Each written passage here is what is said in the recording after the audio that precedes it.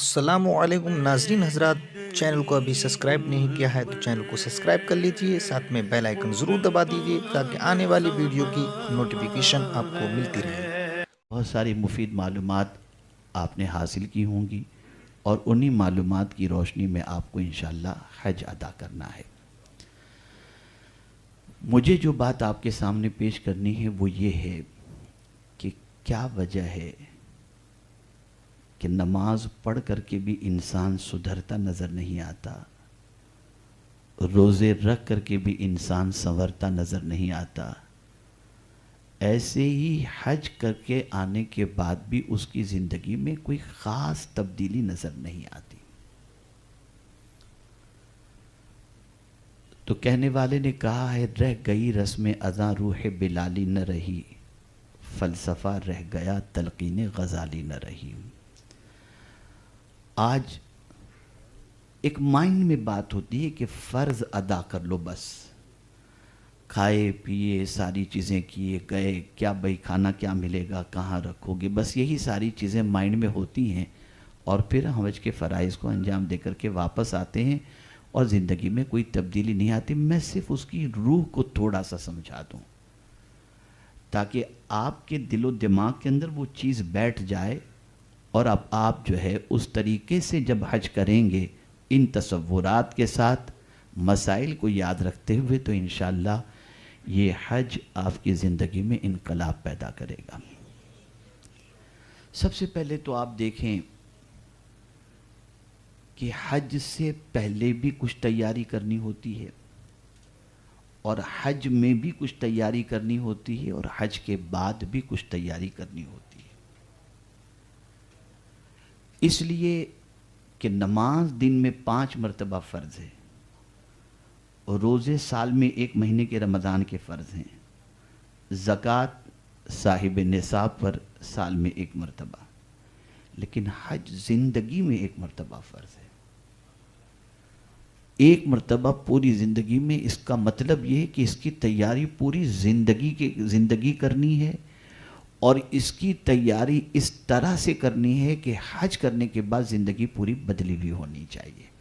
اسی لیے آقا کریم صلی اللہ علیہ وسلم سے جب پوچھا گیا کیا حج ہر سال فرض ہے، 3 بار یہ سوال پوچھا گیا، تو سرکار صلی اللہ علیہ وسلم نے فرمایا لو کنت نعم لوجبت، اگر میں ہاں کہہ دوں تو ہر سال حج فرض ہو جائے، لیکن تم اس کی طاقت نہیں رکھتے۔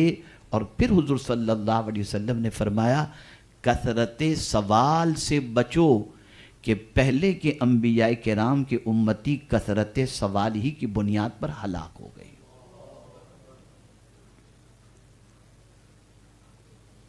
آقا کریم صلی اللہ علیہ وسلم جانتے تھے کہ یہ امت ایوری ایئر حج کرنے کی طاقت نہیں رکھتی، اور پھر اپنا پاور بھی جو اللہ نے ان کو عطا کیا ہے وہ بتا دیا کہ اگر میں ہاں کہہ دوں، قربان جائیے، حج اللہ کے لیے، لیکن اگر حضور کہہ دیں کہ ہر سال فرض ہے تو مولا ہر سال اسے فرض فرما دے۔ اب یہاں آپ دیکھیے، سٹارٹ نیت کے بعد احرام وغیرہ ساری چیزیں آپ نے سمجھ لی۔ ایک عمل شروع ہوتا ہے سب سے پہلے حج سے پہلے کی تیاری سمجھ لیں کیا کرنا ہے۔ حج سے پہلے سب سے پہلے آپ کو یہ دیکھنا ہے کہ قرض جس کا نکلتا ہے اسے پہلے ادا کرو، جس کی حق تلفی کی ہے اس سے معافی تلافی کرو، یہ بنیادی چیز ہے۔ اور جو فرائض ترک ہو چکے ہیں، قضا ہو چکے ہیں، اس کی ادائیگی کی جد و جہد کرو اور ارادہ کرو کہ اس کو ادا کریں گے۔ یہ حج کے پہلے کی تیاری ہے۔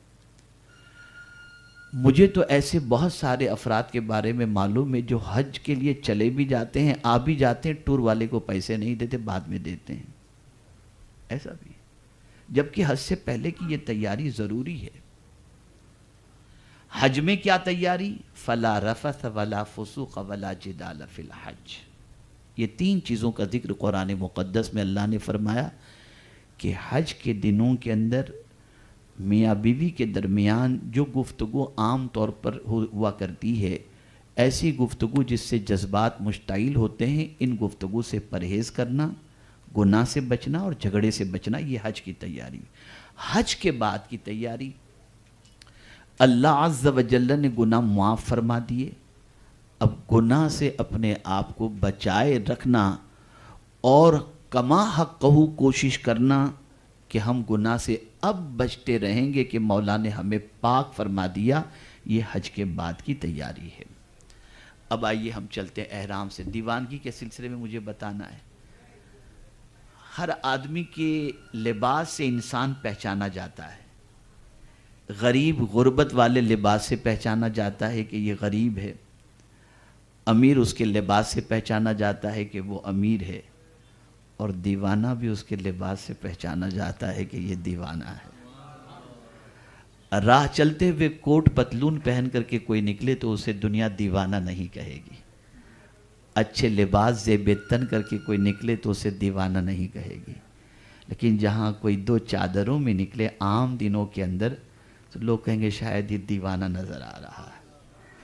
تو مولا نے ایسے لباس کا انتخاب حاجی کے لیے فرمایا جس لباس کو دیکھنے کے بعد ہی دنیا اسے دیوانہ سمجھنے پر مجبور ہو جائے۔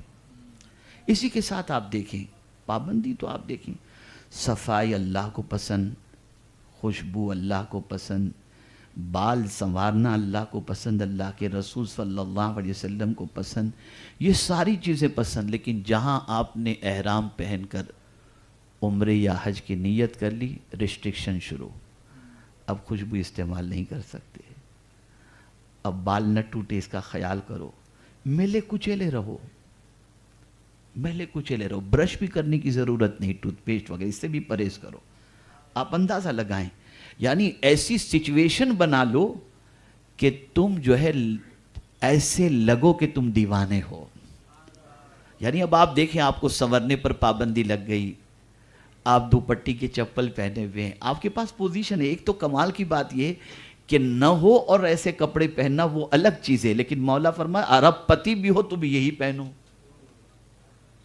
اور ظاہر سی بات ہے کہ مولا وہی لباس پہننے کا حکم دے گا جو اسے بہت پسند ہو، اور اسی حالت کا حکم دے گا جس حالت میں اللہ دیکھنا چاہتا ہے اپنے بندے کو، اور وہ حالت اسے پسند ہوتی ہے۔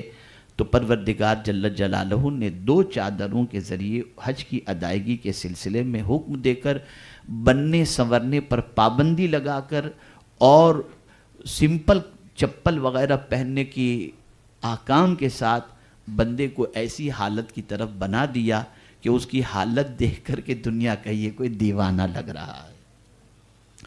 اسی کے ساتھ آپ دیکھیں یہ دیوانوں کے بڑے عجیب معاملات ہوتے ہیں۔ بہت سارے ایسے لوگ راستے میں آپ کو نظر آتے ہوں گے جو مفلوق الحال دکھتے ہیں، چہرہ گردآلود، بال گردآلود، کپڑے گردآلود، اور انہیں دیکھ کر ہم حقیر سمجھنے لگتے ہیں، ہلکا سا سمجھنے لگتے ہیں، لیکن ایسے لوگوں کی کیفیت کیا ہے؟ آقا کریم صلی اللہ علیہ وسلم ارشاد فرماتے ہیں بہت سارے ایسے لوگ جو گرد آلود لباس زیب تن کیے ہوں گے، چہرے کی پوزیشن گرد آلود ہوگی، بال بکھرے ہوئے ہوں گے، لیکن ان کا مقام اللہ کے نزدیک ایسا ہے کہ اگر وہ کسی بات پر قسم کھا لیں تو اللہ ان کی قسم کو پوری فرما دیتا ہے۔ اللہ قسم پوری فرما دے۔ یہ سچویشن ہوتی ہے دیوانوں کی، تو آپ کو مکمل دیوانہ بنایا جا رہا ہے۔ پھر آپ دیکھیے نا، اسکول میں آپ گئے، آپ کا نام پکارا گیا تو آپ نے کہا لبیک، لیکن آپ اسکول کے باہر کہیں گھوم رہے ہیں لبیک لبیک کہہ رہے ہیں تو لوگ کیا کہیں؟ دیوانہ آدمی ہو گیا، عجیب آدمی ہے، کوئی پکارنے والا ہے ہی نہیں اور یہ لبیک لبیک کہہ رہے میں حاضر ہوں، کیا ہے یہ پاگل ہو گیا ہے کیا لبیک لبیک پکار رہا ہے؟ لیکن قربان جائیے، پکارنے والا نظر نہیں آتا لیکن بندہ کہہ رہا ہے لبیک میں حاضر ہوں، لبیک میں حاضر ہوں، لبیک میں حاضر ہوں۔ یہ دیوانگی کی کیفیت۔ اب یہ پکارنے کا جو مسئلہ ہے، یہ اس آیت سے اس کا ثبوت ملتا ہے کہ اللہ عز و جل نے حضرت ابراہیم علیہ الصلاۃ والتسلیم سے فرمایا وَأَذِّن فِي النَّاسِ بِالْحَجِّ، لوگوں کو حج کے لیے بلاؤ۔ تو حضرت ابراہیم علیہ الصلاۃ والتسلیم نے معبود برحق کی بارگاہ میں عرض کیا الہ العالمین، یہاں تو بے آب ہو گیا وادی، انسان دور تک نظر نہیں آتے، میری آواز کہاں تک پہنچے گی؟ مولا نے فرمایا آواز لگانا تمہارا کام ہے اور پہنچانا میرا کام ہے۔ تو اس نبی کی آواز کو اس طرح سے اللہ نے پہنچایا کہ قیامت تک جتنے حاجی حج کرنے والے ہیں، جن کی قسمت میں اللہ نے حج لکھ دیا ہے، جیسے ہی حضرت ابراہیم علیہ السلام نے کہا وَأَذِّن فِي النَّاسِ پر عمل کرتے ہوئے لوگوں کو حج کے لیے آواز دی، تو فرمایا گیا کہ قیامت تک جو حج کرنے والے ہیں ان کی روحوں نے کہا لبیک۔ اب یہاں آپ دیکھیں، اس کے فلسفے کو سمجھیں۔ کلاس کے اندر جب ایبسنٹ پریزنٹ کے سلسلے میں پکارا جاتا ہے تو آدمی الرٹ رہتا ہے، کان برابر لگائے ہوئے رکھتا ہے، اپنے آپ کو بالکل اچھی طریقے سے جو ہے حاضر رکھتا ہے کہ کہیں میرا نام مس نہ ہو جائے، اور جب پکارا جائے تو میں بالکل اس کا جواب دے سکوں۔ کبھی آپ نے یہ تصور کیا لبیک کہتے وقت یہ خیال آیا کہ آپ کس کو کہہ رہے ہیں کہ میں حاضر ہوں؟ کس کو کہہ رہے ہیں؟ رب آپ کو پکارا ہے لبیک، پروردگار پکار رہا ہے اور آپ اس کے جواب میں کہہ رہے ہیں لبیک میں حاضر ہوں، لبیک میں حاضر ہوں۔ لیکن وہ تصور ہمارے ذہن میں نہ ہونے کی وجہ سے ہم ہنسی بھی کر رہے ہیں، مذاق بھی کر رہے ہیں، اور لبیک بھی کر رہے ہیں، اور سگریٹ بھی پی رہے ہیں، اور سب کچھ چلتا رہتا ہے۔ اللہ اکبر۔ یاد رکھیں بے شمار ایسے اولیاء کرام علیہم الرضوان اس فرش گنتی پر گزرے ہیں کہ جو حج کے لیے نکلتے وقت پہلی بار لبیک کہتے وقت کانپتے تھے، کانپتے تھے وہ، کہ اگر میں نے کہا لبیک اور جواب میں اللہ نے کہہ دیا لا لبیک تیری حاضری قبول نہیں تو کیا ہوگا؟ ہم اس روح تک نہیں پہنچتے، ہم رب کی پکار پر لبیک کہہ رہے ہیں، میں حاضر ہوں۔ کیا آپ کمپلیٹ حاضر ہوتے ہیں؟ کیا پورے سفر کے اندر، حج کے پورے ایام کے اندر آپ کے ذہن میں یہ چیز رہتی ہے کہ مولا دیکھ رہا ہے، مولا دیکھ رہا ہے، یہ تصور رہتا ہے؟ اسی لیے قرآن مقدس میں اللہ عز و جل نے فرمایا کہ حج کے لیے جب نکلو تو تم انتظام کرتے ہو، یہ لے جاؤں، یہ لے جاؤں، یہ لے جاؤں، یہ لے جاؤں، ٹھیک ہے بالکل لے کر جانا چاہیے، آپ کی میڈیسن لے کر کے جاؤ، وہاں ضرورت کی چیزیں لے کر کے جاؤ، لیکن سب سے عظیم چیز جو ساتھ میں لے جانے کی ہے وہ کیا ہے؟ تو قرآن کہتا ہے وَتَزَوَّدُوا فَإِنَّ خَيْرَ الزَّادِ التَّقْوَىٰ، سب سے اچھی چیز جو تمہارے لیے سامان سفر ہے وہ قدم قدم پر اللہ سے ڈرنا ہے۔ قدم قدم پر اللہ سے ڈرنے کے حوالے سے ایک واقعہ آپ کی سماعتوں کے حوالے کروں تاکہ آپ پورے سفر حج کے اندر اس تصور کے ساتھ چلتے رہیں۔ ایک باپ اور بیٹا دونوں جا رہے تھے، انگور کا درخت آتا ہے، باغ آتا ہے، باغ کے اندر انگور کا درخت تھا۔ باپ کے دل میں تمنا ہوتی ہے کہ میں یہ انگور کھاؤں، لیکن ڈر لگتا ہے کہ کہیں باغ کا مالک دیکھ نہ لے، تو بچے سے کہتا ہے بیٹا بہت دل چاہتے ہیں انگور کھانے کا، تو یہاں کھڑا رہے، کوئی آئے تو مجھے آواز دینا، میں ذرا انگور توڑ کے آتا ہوں۔ تو جیسے ہی باپ کا ہاتھ انگور کی طرف پہنچا، بیٹے نے کہا باپ باپ باپ، وہ فوراً بھاگا ہے، کیا ہوا؟ کوئی دیکھ رہا ہے؟ مالک آ گیا؟ کہا نہیں، مالک کا مالک دیکھ رہا ہے، مالک کا مالک دیکھ رہا ہے، باغ کا مالک تو نہیں دیکھ رہا، ہم سب کا مالک دیکھ رہا ہے۔ تو یہ تصور ذہن کے اندر رکھو، اللہ دیکھ رہا ہے، زاد سفر تقویٰ ہو، اللہ کا ڈر، اس تصور کے ساتھ پورا سفر کرو، کوئی ایسی چیز نہ ہو جو اللہ کی ناپسند ہو، اس لیے کہ وہاں پر عورتیں جو ہے ان کے چہرے پر پردہ نہیں ہوتا، اور وہ جو ہے ساتھ میں رہتی ہیں، اور بہت سارے مسائل ہوتے ہیں، میں نے تو میں آپ کو بتا نہیں سکتا کہ کیا کیا وہاں لوگوں کی نظروں کی سچویشن رہتی ہے۔ اللہ خیر فرمائے، اللہ سب کی حفاظت فرمائے۔ کہنے کا مقصد یہ ہے کہ آپ بالکل ہمہ وقت ایک ہی تصور کے ساتھ رہیں کہ اللہ دیکھ رہا ہے، اللہ دیکھ رہا ہے، زاد سفر اللہ کا ڈر، وَتَزَوَّدُوا فَإِنَّ خَيْرَ الزَّادِ التَّقْوَىٰ، اس تصور کے ساتھ آپ کو نکلنا ہے۔ میرے پیارے آقا صلی اللہ تعالی علیہ وسلم کے پیارے دیوانوں، اور اسی کے ساتھ ساتھ دیوانگی کا منظر دیکھیں آپ، دو چادروں میں آپ جا رہے ہیں، ٹھیک ہے نا، اور اس کے بعد آپ نے عمرہ کیا، یا پہلے حج ہی کو آپ لے لیجئے، عمرے کا مسئلہ تو آپ سمجھتے ہیں کہ عمرہ کرنے کے بعد آپ نارمل لباس کے اندر آ گئے، حج اور دیوانگی کو آپ تھوڑا سا سمجھیں۔ اللہ اکبر۔ میں نام ہے ایمان جیسے جیسے کمزور ہوتا جاتا ہے، سہولتیں زیادہ سے زیادہ بڑھتی چلی جاتی ہیں، یہ بھی یاد رکھیں۔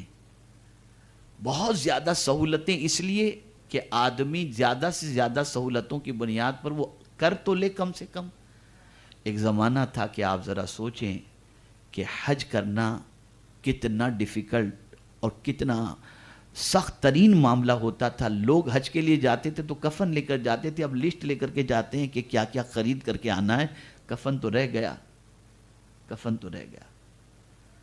اور یہاں ایک بات مجھے یاد آ رہی ہے، ہمارا ایک ہے ظاہری وجود جسے ہم بہت اچھی طرح سے سیٹ کر کے احرام کی حالت میں ہم حج کے لیے نکلتے ہیں اور حج ادا کرتے ہیں۔ اللہ کی بارگاہ میں کیا یہ ظاہری حالت پہنچتی ہے؟ میں قرآن کی روشنی میں سمجھاؤں گا۔ یہ حج تو آپ کا ہے، فرض ادا ہو جائے گا، یہ ظاہری جو کچھ بھی آپ نے بنا اپنی جگہ پر، لیکن قرآن کہتا ہے وَأَتِمُّ الْحَجَّ وَالْعُمْرَةَ لِلَّهِ، اللہ کے لیے حج کرو اور اللہ کے لیے عمرہ کرو۔ تو اللہ کی بارگاہ میں جو چیز پہنچتی ہے وہ ہے نیت، کہ آپ کی نیت کیا ہے، یہ بنیادی چیز ہے۔ اس کو میں بہت اچھی طرح سے قرآن کی دوسری آیت کی روشنی میں سمجھاؤں تو بات سمجھ میں آئے گی۔ ہم قربانی کرتے ہیں تو کیا قربانی کا گوشت اللہ کی بارگاہ میں پہنچتا ہے؟ قربانی کا گوشت پہنچتا ہے؟ قرآن نے منع کیا، لَن يَنَالَ اللَّهَ لُحُومُهَا وَلَا دِمَاؤُهَا وَلَٰكِن يَنَالُهُ التَّقْوَىٰ مِنكُمْ۔ اللہ کی بارگاہ میں نہ قربانی کا گوشت پہنچتا ہے نہ خون پہنچتا ہے، تمہارا تقویٰ، تمہاری نیت، تمہارا اللہ کا خوف جو ہے وہ اللہ کی بارگاہ میں پہنچ جائے کہ تم گوشت کھانے کے لیے قربانی کر رہے ہو یا سنت ابراہیمی پر عمل کرنے کے لیے قربانی کر رہے ہو۔ تو سرکار نے فرمایا حج کرو اور مالدار ہو جاؤ، تو مالدار بننے کے لیے حج کر رہے ہو یا اللہ کے لیے حج کر رہے ہو؟ اس کو بھی ذہن میں رکھیں، مالدار ہونے کے لیے حج کر رہے ہو یا اللہ کے لیے حج کر رہے ہو، تو یہ نیت اللہ دیکھتا ہے۔ اس نیت کی بنیاد پر اللہ رب العزت جل جلالہ اس کے پورے سفر پر برکتوں کو عطا فرماتا ہے اور اس پر کرم کی نظر فرماتا ہے۔ آپ گئے، پھر اس کے بعد آپ نے جو ہے وہ منی کا سفر شروع کیا۔ دیکھیے آپ، اللہ اکبر، ٹینٹ کے اندر ہیں، اسی دو چادر کے اندر، نہ صابن سے میلے کچھیلے پڑے ہوتے ہیں، پڑے ہیں، اور کیوں لگی ہوئی ہے، ایک عجیب سچویشن۔ لیکن مولا جانتا ہے۔ یہ آپ دیکھیے، جب اللہ نے حکم نازل فرمایا تھا کس زمانے میں نازل فرمایا تھا، لیکن حج کے ایام میں یہ سچویشن پیدا ہوگی، یہ مولا جانتا ہے کہ وہاں پر ٹوائلٹ میں جانے کے لیے جھگڑا ہوگا، لائن میں جھگڑا ہوگا، کھانے پینے میں جھگڑا ہوگا، تو قانون لگا دیا وَلَا جِدَالَ فِي الْحَجِّ، حج میں جھگڑا مت کرو، حج میں جھگڑا مت کرو۔ میرے پیارے آقا صلی اللہ تعالی علیہ وسلم کے پیارے دیوانوں، انہی دو چادروں کے اندر آپ ہیں۔ دیوانگی کا عالم دیکھیے، غریب کے پاس گھر نہیں ہوتا، غریب بیچارہ جھوپڑے میں پڑا رہتا ہے، اور اس کی حالت کو دیکھ کر سمجھ میں آتا ہے کہ بیچارہ دیوانہ ہے، کوئی چیز کا انتظام نہیں، لیکن پڑا ہوا ہے نیچے سب کچھ۔ اب تو سہولتیں زیادہ سے زیادہ، میں نے بتایا نا کہ ایمان کمزور ہوگا، سہولتیں بڑھتی چلی جائیں گی اور انسان اس طریقے سے حج کو ادا کرتا چلا جائے گا۔ تو اب یہاں بھی وہی کیفیت رکھی گئی، جس طریقے سے ایک بندہ جو ہے وہ دیوانگی کی کیفیت کے اندر ہوتا ہے، ایک عجیب اس کا حال ہو جاتا ہے، دیکھنے پر سمجھ میں آتا ہے کہ کوئی دیوانہ نظر آ رہا ہے۔ پھر آپ دیکھیں 5 وقت کی نماز وہاں پر ادا کرنے کے بعد عرفات کے میدان کے لیے نکل گئے، اور وہاں بھی وہی حالت۔ اللہ اکبر، اللہ اکبر۔ یہاں آپ ایک چیز ذہن میں رکھیے گا، بہت اہم نکتہ عرض کر رہا ہوں، دعائیں تو ہر جگہ اللہ قبول فرماتا ہے اور ہر جگہ سنتا ہے، لیکن آخر کیا وجہ ہے کہ عرفات ہی کے سلسلے میں یہ بتایا گیا کہ وقوف کرنے کے بعد بندے کو اللہ تعالیٰ گناہ سے اس طرح پاک فرماتا ہے جیسے آج ہی اپنی ماں کے پیٹ سے پیدا ہوا، اس کے سارے گناہ معاف۔ آخر اسپورٹ کا بھی تو اثر ہے نا، آپ یہی دعا منی میں کریں، وہاں روئیں دھوئیں، تو وقوف عرفہ کی جو فضیلت ہے وہ یہاں آپ کو نہیں ملے گی۔ تو آخر اس میں کیا ہے وقوف عرفہ کے اندر؟ اس جگہ کی خصوصیت کیا ہے کہ وہاں جا کر کے اگر آدمی وقوف کرتا ہے، زوال کے بعد سے لے کر صبح صادق تک کا جو وقوف کا وقت ہے، وہاں پر احرام کی حالت کے اندر اگر کوئی وقوف کر لے تو اس کا حج بھی ہو گیا اور ساتھ ہی ساتھ وہ گناہ سے پاک بھی ہو گیا. تو آخر اس مقام کی اتنی فضیلت کیوں، اور وہاں پر دعا کی اتنی فضیلت کیوں؟ ذہن میں رکھیے گا، ایک نبی کی ایک ولیہ سے ملاقات وہاں پر ہوتی ہے. عرفہ کے معنی پہچان کے، بہت غور سے سنیے گا، عظمت سمجھ میں آئے گی. ایک نبی کی اپنی بیوی کے ساتھ یعنی ولیہ حضرت حوا رضی اللہ تعالیٰ عنہ کے ساتھ ملاقات عرفات میں کم و بیش 300 سال کے بعد ہوتی ہے. ایک دوسرے کو پہچان بھی لیتے ہیں، 300 سال کے بعد پہچان بھی لیتے ہیں ایک دوسرے کو. اس ملاقات کی وجہ سے، پہچان کی وجہ سے وہاں پر جو دعا کی جاتی ہے اللہ تعالیٰ اس دعا کو قبول فرماتا ہے. نبی کی دعا، نبی کی ملاقات ولیہ سے ہو جائے تو وہ وقت اور وہ جگہ دعا کی قبولیت کی ہے. تو میرے آقا صلی اللہ علیہ وسلم کا وصال جس تاریخ کو ہوا، اس وقت تو سرکار کی ملاقات مولا سے ہو رہی ہے. تو وہ وقت بھی ایسا ہے کہ اس وقت بھی دعا کی جائے تو اللہ دعا کو قبول فرماتا ہے. نبی کی ملاقات ولیہ سے ہو تو وقت اس کی وجہ سے دعا قبول ہوتی ہے. تو نبی کی دعا خدا سے ہو تو وہ وقت کتنا عظیم ہوگا اور وہ وقت کتنی قبولیت کا وقت ہوگا. تو صبح صادق کا وقت بڑا عظیم ہے. اب آپ دیکھیں، آپ عرفات میں پہنچے، وقوف آپ نے کیا، رو رہے ہیں، گریہ و زاری کر رہے ہیں، معافی مانگ رہے ہیں، آپ کی حالت بالکل عجیب ہو چکی ہے. اب یہاں ایک خاص بات میں آپ کو بتاؤں کہ رو رہے ہیں آپ، گریہ و زاری کر رہے ہیں، اللہ سے معافی مانگ رہے ہیں، اللہ کو منانے کی کوشش کر رہے ہیں، اپنے لیے دعا کرتے ہیں. اور وہاں کی دعا کی بڑی عظیم فضیلت ہے. وہاں دعا کے اندر سستی نہیں کرنا چاہیے کہ بس چلیے، نہیں، جی بھر کر کے دعا مانگو. اور یہاں خاص طور پر ایک بات میں عرض کروں، صرف اپنے لیے مت مانگنا، صرف اپنے لیے نہیں، اپنے لیے، اپنے ماں باپ کے لیے، اور اسی کے ساتھ ساتھ جملہ مومنین کے لیے، اور خاص طور پر جنہوں نے آپ کو ستایا ہو، تکلیف پہنچائی ہو، ان کے لیے بھی آپ جو ہے معافی کی دعا کریں کہ اللہ انہیں تو معاف فرما دے. اس لیے کہ جب آپ اپنے مجرم کے لیے معافی کی دعا کرتے ہیں تو آپ بھی اللہ کے مجرم ہیں، آپ ان کے لیے معافی کی دعا کرتے ہیں، اللہ تعالیٰ آپ کو بھی معاف فرما دیتا. اور یہ دعا کی اتنی فضیلت ہے. یہاں پر اعلیٰ حضرت عظیم البرکت امام عشق و محبت نے، کہ امام عشق و محبت کے والد نے دعا کی فضیلت پر ایک کتاب قلم بند فرمائی ہے. اس میں آپ نے ایک حدیث مبارکہ نقل فرمائی، اگر کوئی شخص کسی مومن کے لیے اس کے پیٹھ پیچھے دعا کرے، کوئی مومن کسی مومن کے لیے اس کے پیٹھ پیچھے دعا کرے، تو سرکار فرماتے ہیں کہ اس دعا کا وہ مقام ہے جو حاجی احرام کی حالت میں عرفات کے میدان میں دعا کرتا ہے. یہ فضیلت. تو ہمیشہ اس چیز کا خیال کریں. مغفرت بہت عظیم چیز ہے، معافی بہت عظیم چیز ہے. معافی سے بڑی کوئی چیز نہیں ہے. ہم نعمتیں مانگتے ہیں، معافی نہیں مانگتے. اور وہاں سب سے زیادہ جو اللہ کی بارگاہ میں مانگنا ہے وہ معافی مانگنی ہے. اللہ ہمیں معاف فرما دے، ہمارے والدین کو معاف فرما دے. اور تقریباً انبیاء کرام کی دعاؤں کو اگر آپ قرآن میں دیکھیں گے تو سب نے زیادہ تر دعا مغفرت کی اللہ کی بارگاہ میں کی ہے. حضرت ابراہیم علیہ السلام نے ربنا اغفر لی ولوالدی، رسول اعظم صلی اللہ علیہ وسلم سے رب نے فرمایا رب اغفر وارحم وانت خیر الراحمین. بخشش سب سے اہم چیز ہے. حضور کی بارگاہ میں بھی جا کر کے قرآن نے کہا وہاں بھی معافی چاہو، معافی مانگنے کا حکم ہے. اور ہم اسی سے کوتاہی برتتے ہیں، نعمتیں تو مانگتے ہیں، معافی مانگنے کے لیے تیار نہیں. تو اللہ عز و جل کی بارگاہ میں خاص طور پر میدان عرفات کے اندر، اس دیوانگی کے عالم کے اندر معافی مانگے، اللہ سے مغفرت کی بھیک مانگے. اب وہاں سے آپ آئیں گے، آپ ذرا سوچو تو صحیح دیوانگی کی کیفیت. اللہ اکبر. قرآن کہتا ہے فَإِذَا أَفَضْتُم مِّنْ عَرَفَاتٍ فَاذْكُرُوا اللَّهَ عِندَ الْمَشْعَرِ الْحَرَامِ. اب مشعر حرام کے پاس پہنچے تو اللہ کا ذکر کرو. اس لیے کہ پہلے لوگ وہاں آنے کے بعد جو ہے نا، پہلے زمانے جاہلیت کا جو حج تھا تو عرفہ سے واپس آ کے مشعر حرام کے پاس جو ہے وہ وہاں پہنچ کر کے جو ہے وہ اپنے باپ دادا کا ذکر کرتے تھے، میرا باپ ایسا تھا، میرا دادا ایسا تھا، بس یہ کرتے تھے۔ اللہ فرماتے ہیں تم آ کر کے میرا ذکر کرو، مجھے یاد کرو، فاذکروا اللہ عند المشعر الحرام۔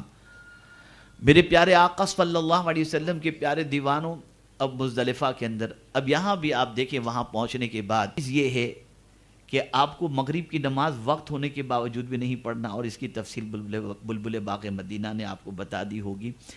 یاد رکھیں ادا اسی وقت ادا ہے جب مصطفیٰ پیارے کی ادا ہو، یاد رکھیں اس کو۔ رسول اعظم صلی اللہ علیہ وسلم نے جس وقت نماز ادا کی وہی وقت ادا ہے۔ حضور نے وہاں پر مغرب کی نماز ادا کرنے کی بجائے اس کے وقت کے بعد عشاء میں ادا کی، تو جب حضور نے ادا کی وہ قضا نہیں، وہ ادا ہے۔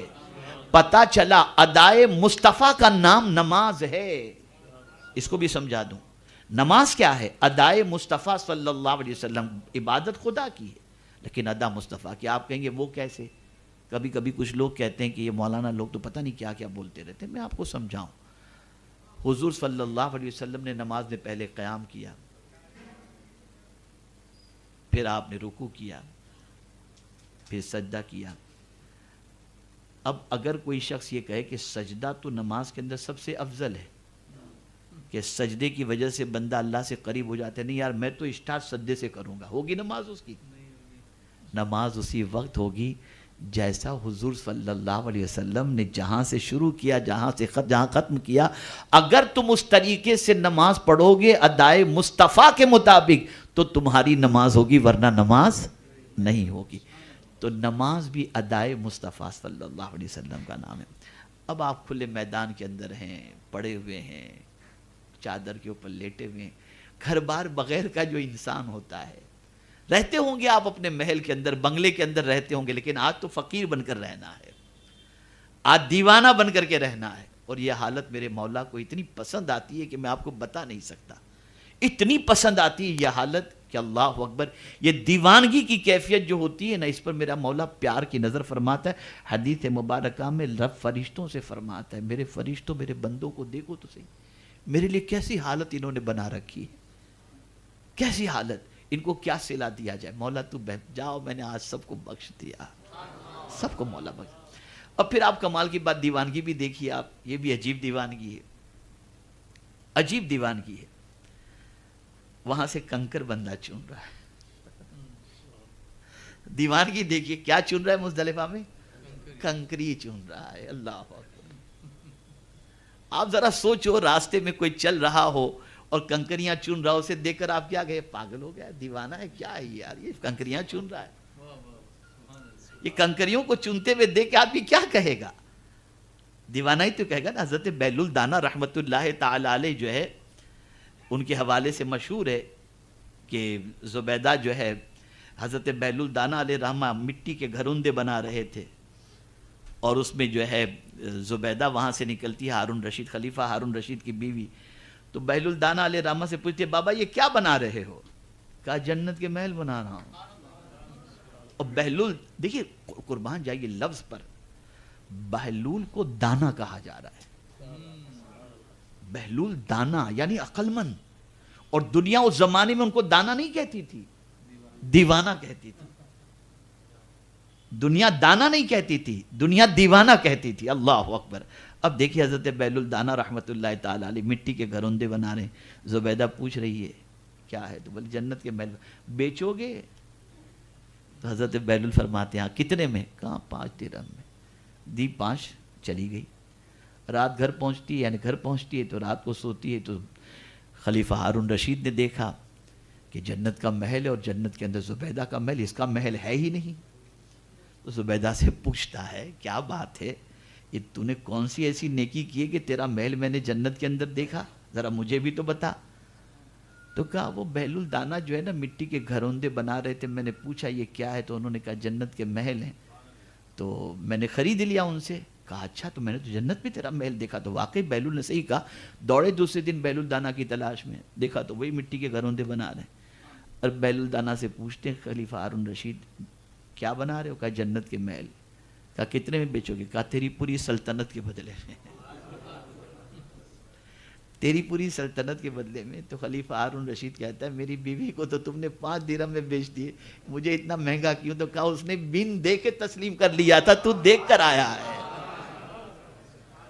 اس نے بن دے کے تسلیم کر لیا تھا، تم دیکھ کر۔ اب اس کانسیپٹ کے اندر آپ دیکھو، پتھر جو آپ اٹھاتے ہو نا، تو آپ نے شیطان کو دیکھا نہیں ہے، ایک نبی کی نقل پر نقل کر رہے ہو۔ اللہ کو یہ ادا بھی پسند آ رہی، یہ دیوانگی اتنی پسند آ رہی ہے کہ آپ کنکریاں چن رہے، مولا دیکھ رہا ہوتا ہے، اس کی رحمت کہ میرا بندہ کتنا دیوانہ ہے، میرے محبوب کی ادا پر کتنا قربان ہونے جا رہا ہے۔ کنکریاں پاگلوں کی طرح چن رہا ہے، دیوانوں کی طرح چن رہا ہے، یہ کنکریاں چننا اتنا پسند آتا ہے۔ اور یہاں ایک اور بات عرض کروں، ان کنکریوں کو دھونے کا حکم، اس کو اچھی طرح سے دھو لو،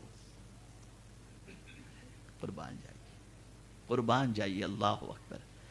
ام المؤمنین حضرت عائشہ صدیقہ رضی اللہ تعالی عنہا ایک مرتبہ درہم کو دھو رہی تھی اور خوشبو لگا رہی تھی۔ سرکار صلی اللہ علیہ وسلم نے فرمایا حمیرہ یہ کیا کر رہی ہو؟ پیٹ نیم تھا، نام تو حضرت عائشہ تھا، لیکن سرکار پیار سے حمیرہ کہتے تھے۔ تو سرکار نے فرمایا حمیرہ یہ کیا کر رہی ہو؟ تو انہوں نے عرض کیا حضور آپ نے ہی تو فرمایا ہے کہ صدقہ ضرورت مند کے ہاتھ میں پہنچنے سے پہلے اللہ کے دستے قدرت میں پہنچ جاتا ہے، تو میں نے یہ سوچا کیوں نہ اس کو اچھی طریقے سے دھو کر خوشبو لگا کر کے دوں کہ میرے مولا کے ہاتھ میں پہنچے تو مولا راضی ہو جائے، مولا راضی ہو جائے۔ آپ اندازہ لگائیں، آپ کنکریاں دھو رہے ہیں، اور یہ بھی آپ دیکھیں کنکریوں کے مارتے وقت کی دعا کیا جانتے ہیں؟ رغما للشیطان وردا للرحمن، اللہ کی رضا کے لیے آپ مار رہے ہو۔ اچھا دیوانگی بھی تو آپ دیکھیں، آپ کنکریاں چنے گئے، آپ حضرت ابراہیم و اسماعیل علیہ السلام کا پتھر مارا گیا، لیکن یہ بھی بڑی عجیب بات ہے دیوانگی کی کہ پتھر کو انسان پتھر مارا بھی تو شیطان نظر نہیں آتا، پیلر ہے نا، پیلر کو انسان پتھر سے پتھر کو مار رہا ہے، کوئی دیوانہ نہیں کہتا اسے، کوئی پاگل نہیں کہتا اسے۔ اور اس پتھر کو پتھر سے مارنے کے لیے انسان تکلیفیں برداشت کرتا ہے۔ بہت سارے لوگ تو جمرات پر انتقال کر جاتے ہیں، اتنا رش ہوتا ہے کہ معلم کو اعلان کرنا پڑتا ہے اتنے بجے نکلنا، ابھی رش بہت زیادہ ہے، اتنا۔ اور کوئی اس عمل کے حوالے سے یہ نہیں کہتا کہ بے وقوفی کر رہا ہے، آدمی کنکر مار رہے ہیں، یہ کیا دیوانگی ہے؟ پتھر سے پتھر کو مارا جا رہا ہے۔ اگر دنیا میں کوئی انسان کسی پتھر کی دیوار پر پتھر مار رہا ہو تو آپ دیکھ کر کیا کہیں گے؟ دیوانہ ہی تو کہیں گے نا۔ لیکن یہاں آپ اس ادا کو اختیار کرنے کے لیے جاتے ہیں، اور وہاں جانے کے بعد ایک نبی کی سنت پر عمل کرنے کے لیے وہاں پر آپ کنکریوں سے پتھر کو مارتے ہیں۔ میرے پیارے آقا صلی اللہ تعالی علیہ وسلم کے پیارے دیوانوں، یہ ایک دیوانگی کا پورا پروسیجر تھا جو آپ نے مکمل کر لیا۔ اب فرزانگی کا پروسیجر شروع ہوتا ہے۔ اب وہاں دیوانگی نہیں چلے گی، یہاں آپ نے خوب لبیک کی صدائیں زور زور سے لگائیں، لیکن اب جب آپ نے حج کر لیا، اب مدینے جا کر ایسی آواز نہیں لگا سکتے، اب وہاں حالت بدل گئی۔ اچھا یہاں بھی بڑا عجیب مسئلہ ہے، عمرے کا شوق ہوا، لیے احرام، چلے مسجد عائشہ، جورانہ چلے اور طائف چلے گئے، کہیں سے بھی ہو کر کے آ رہے ہیں اور عمرے پہ عمرہ کر رہے ہیں، حج آپ کا ہو گیا، لیکن قربان جائیے، لبیک اس کی صدائیں بلند کرتے رہے، کعبہ سے لپٹ کر خوب دعائیں کرتے رہے، سب کچھ ہو گیا، آب زمزم بھی خوب آپ نے پی لیا، اب حج مکمل ہوا، مدینے جانا ہے، تو اب یہاں تو کعبہ آپ نے دیکھا، اب کعبے سے پوچھیں کہ بتا تیرا کعبہ کون سا ہے؟ تیرا کعبہ کون سا ہے؟ ہم نے تجھے تو دیکھ لیا، اب تیرا کعبہ کون سا ہے؟ تو کعبہ کہتا ہے حاجیو آؤ، شہنشاہ کا روضہ دیکھو، کعبہ تو دیکھ چکے، کعبے کا کعبہ دیکھو۔ اب فرق دیکھیں، حج اور عمرہ کرو اللہ کے لیے، اور مدینے جاؤ کس کے لیے؟ مدینے جاؤ کس کے لیے؟ تو میرے آقا صلی اللہ علیہ وسلم ارشاد فرماتے ہیں جو شخص مدینہ آیا اور اس کی نیت سوائے میری زیارت کے اور کچھ نہیں تھی، سرکار فرماتے ہیں کل بروز قیامت وہ میرے پڑوس میں ہوگا۔ حج کرو اللہ کے لیے، مدینے جاؤ حضور کے لیے۔ اچھا وہاں حج کے لیے اتنے پروسیجر، مکہ مدینے میں بھی حج ہے، مسجد نبوی شریف میں 2 رکعت پڑھو حج کا ثواب مل جاتا ہے۔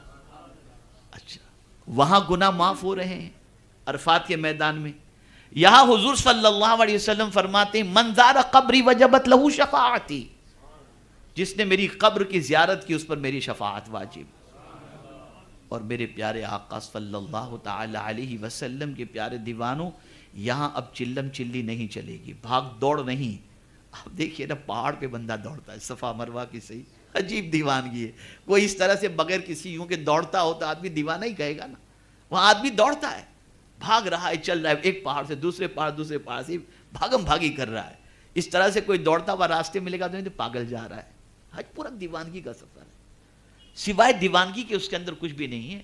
اور اس دیوانگی کی پوزیشن اور یہ دیوانگی کا عمل صرف اس لیے ہے کہ چونکہ اللہ کے مقبول بندے نے یہ ادا اپنائی تھی، اس لیے نبی کی کوئی ادا ایسی نہیں ہوتی جو حکمت سے خالی ہو۔ اللہ ان کی ادا کو اختیار کرنے کی بنیاد پر اللہ عز و جل اس ادا میں آپ کو دیکھنا، ہم کو دیکھنا پسند فرماتا ہے۔ اور اللہ کی ایک ولیہ نے صفا مروہ کی سعی کی تھی اور اللہ عز و جل نے ان کے اضطراب پر ان کی دعا کو قبول فرمائی تھی، اس لیے یہ ادا اپنانے کا ہمیں حکم عطا فرمایا گیا۔ اب آپ وہاں گئے، یاد رکھیں عرش بہت عظیم جگہ ہے، بہت عظیم جگہ ہے، کیا کہنا عرش کا، اللہ اکبر۔ لیکن اس سے بھی اگر افضل کوئی جگہ ہے اور زیادہ ادب کی جگہ ہے تو کون سی ہے؟ بارگاہ رسول صلی اللہ علیہ وسلم۔ فرمایا گیا ادب گاہیست زیر آسماں، از عرش نازک تر، نفس گم کردہ می باید جنید و بایزید ایجا، کہ حضرت جنید بغدادی اور حضرت بایزید بستامی رحمت اللہ تعالی علیہ جب حضور صلی اللہ علیہ وسلم کی بارگاہ میں حاضر آئے تو سانس بھی انہوں نے روک لی تھی کہ کہیں سانس کی آواز سے بے ادبی نہ ہو جائے۔ عرش سے بھی نازک۔ میں کبھی کبھی مجھے حیرت ہوتی ہے کہ ہمارے بہت سارے بھائی زور زور سے وہاں سلام پڑھتے ہوتے ہیں، نہیں کریں، بالکل نہیں کریں، منع فرمایا گیا ہے، بالکل منع فرمایا گیا ہے۔ آپ بالکل ایک دم خاموشی کے ساتھ، ایک دم پست آواز میں، آواز بھی بلند ہو۔ اور یہاں آواز ہی کی بلندی کے سلسلے میں پابندی لگائی، لا ترفعوا اصواتکم فوق صوت النبی، روکا گیا وہاں پر۔ اور آواز کی بلندی پر زندگی کے سارے عمل کی بربادی کی بات کہی گئی کہ سارے عمل برباد ہو جائیں گے، ان تحبط اعمالکم وانتم لا تشعرون۔ تو عرض یہ کر رہا تھا کہ حج بھی وہاں پر ہے، عرفات میں گناہ معاف ہوتے ہیں، مدینے میں حاضر ہوئے تو سرکار کے صدقے میں شفاعت نصیب ہو جائے گی، اور عمرہ بھی وہاں پر ہے، عمرہ بھی وہاں پر ہے۔ آپ جو ہے مسجد قباء جا کر 2 رکعت پڑھیں، اللہ آپ کو عمرے کا ثواب عطا فرماتا ہے۔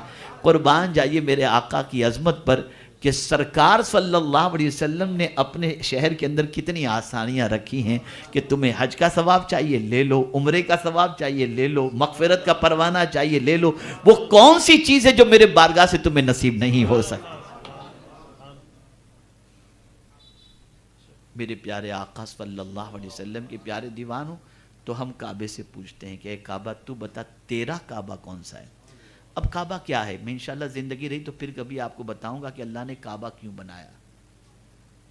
نہیں کوئی ہم کچھ معلوم نہیں ہے، ہمیں کچھ نہیں معلوم، بس اللہ تعالیٰ قبول فرمائے اور جو ہے وہ ہم تھوڑی سی ڈپ میں جانے کی اس کی کوشش کریں، سمجھنے کی کوشش کریں تو انشاءاللہ کیف ملے گا، پورا سفر تقویٰ سے بھرا ہوا ہمارا ہو جائے گا، اور واپس جب آئیں گے تو یہ پریکٹس ہماری زندگی کے اندر انقلاب پیدا کر دے گی انشاءاللہ العظیم۔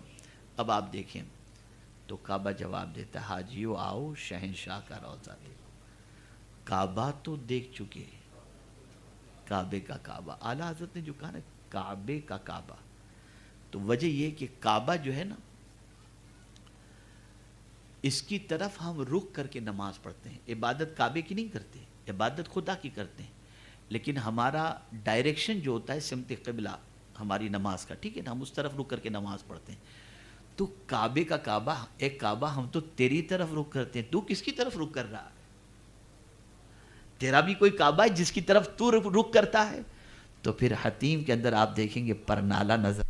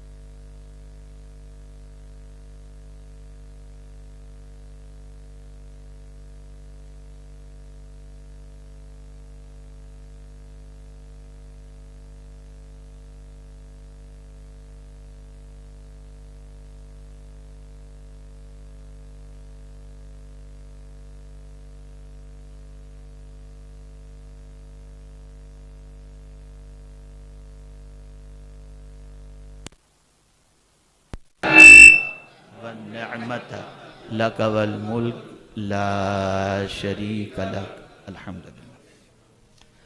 تو میرے پیارے آقا صلی اللہ تعالی علیہ وسلم کے پیارے دیوانوں، یہ وہ ڈائریکشن جب آپ دیکھیں گے نا تو کعبے کا وہ جو جہاں حتیم ہے اور حتیم کے اوپر جو پرنالہ ہے، یہ پرنالے کا رخ مدینے کی طرف ہے.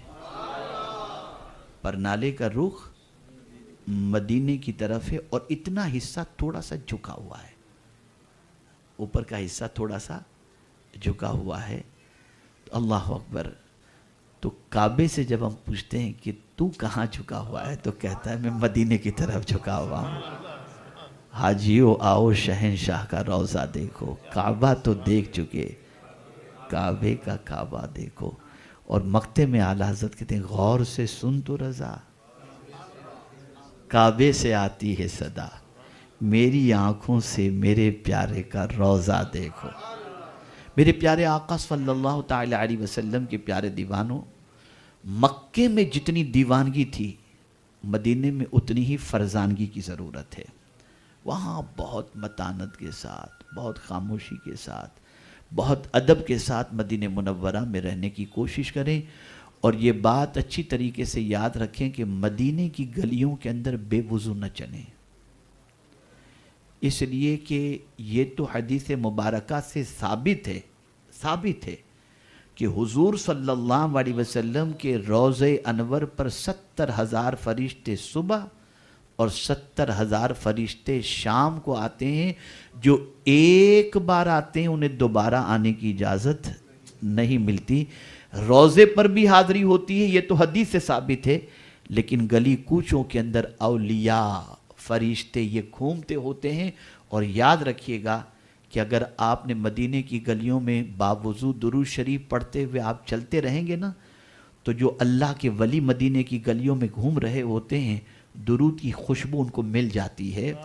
اور پھر وہ خوشبو ملتی ہے تو کہاں سے یہ خوشبو آتی ہے اس طرف وہ گھوم کر کے دیکھتے ہیں تو درود پڑھنے والے کو دیکھ لیتے ہیں، اور درود پڑھنے والے پر کسی ولی کی نظر پڑ گئی تو اس کی حاضری قبول ہو گئی.